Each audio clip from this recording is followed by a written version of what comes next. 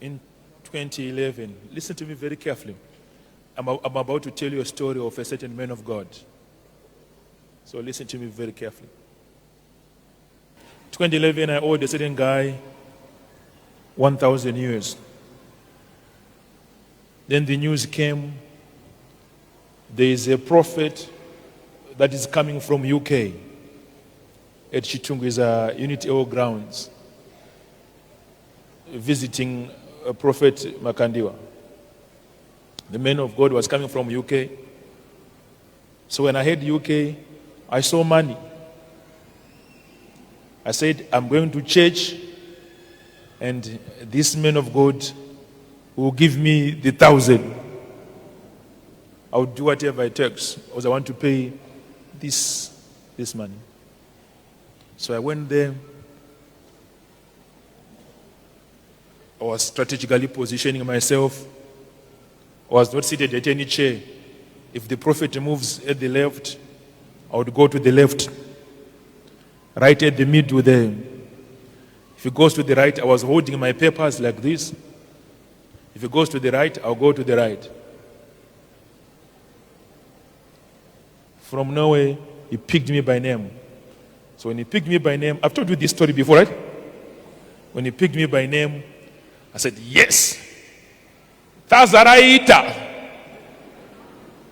I picked my papers, I rushed there. Then he said, what? I said, yeah, man of God. Yeah, man of God. That's my name. I went on my knees, but I had one problem. My shoe, it had an opening. So I'm trying to hide that opening, but I'm kneeling down. In my mind, the man is going to give me money. He came to me. What does he say? He says, stand up. I said, okay. So if you're expecting money, when he said stand up, I was expecting now, so he's going to cash me the money. So he looked at me straight into the eyes. And he said, you are a king. Realize yourself. You are a king. Go lead. You are a king. When he said that to me, people were shouting, yeah. In the 80, king.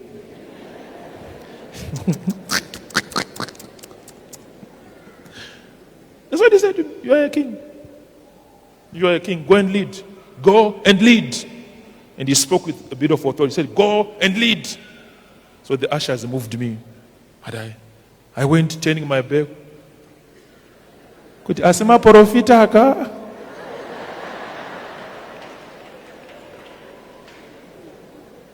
When I arrived home, my wife was still at work at Stanbic.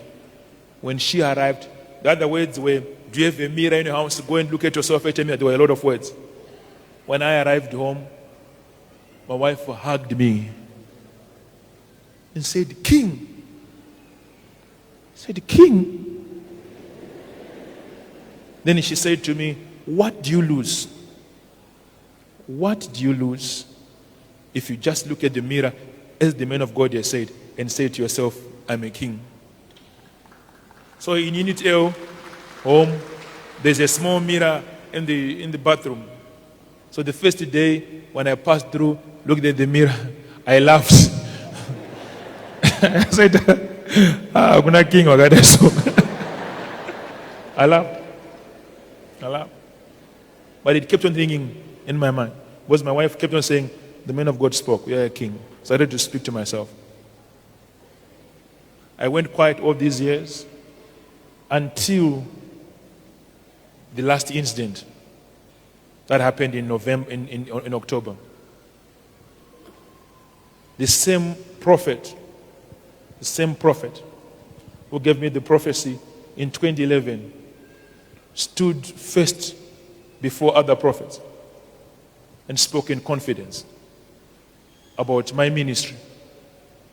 I don't know if he still remembers that God used him in 2011, but he spoke again in 2025 and said a lot on his pulpit.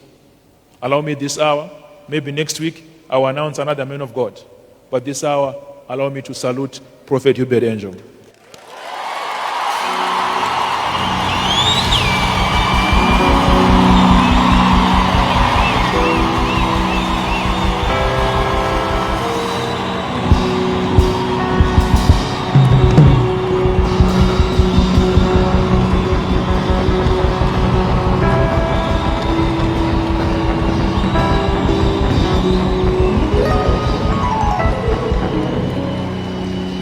I call him the first prophet. Why I call him the first prophet? Because on this southern region part, southern region part, he is the first man to introduce prophetic ministry. So I call him first prophet. God used you in 2011. God has used you now in 2025. Problems have got a way of revealing who people are. This problem that I got onto revealed to me who people are. We have never been close. We've never been buddies. I've been standing, but it came into my spirit that I must give respect where respect deserves.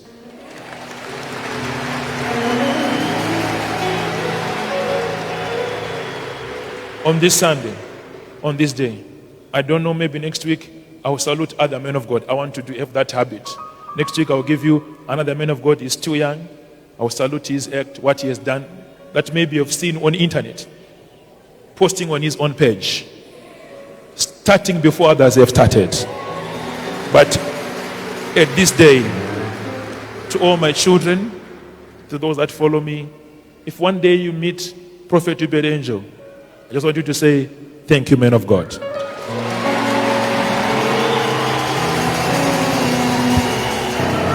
God bless you. Thank you. Thank you. God bless you.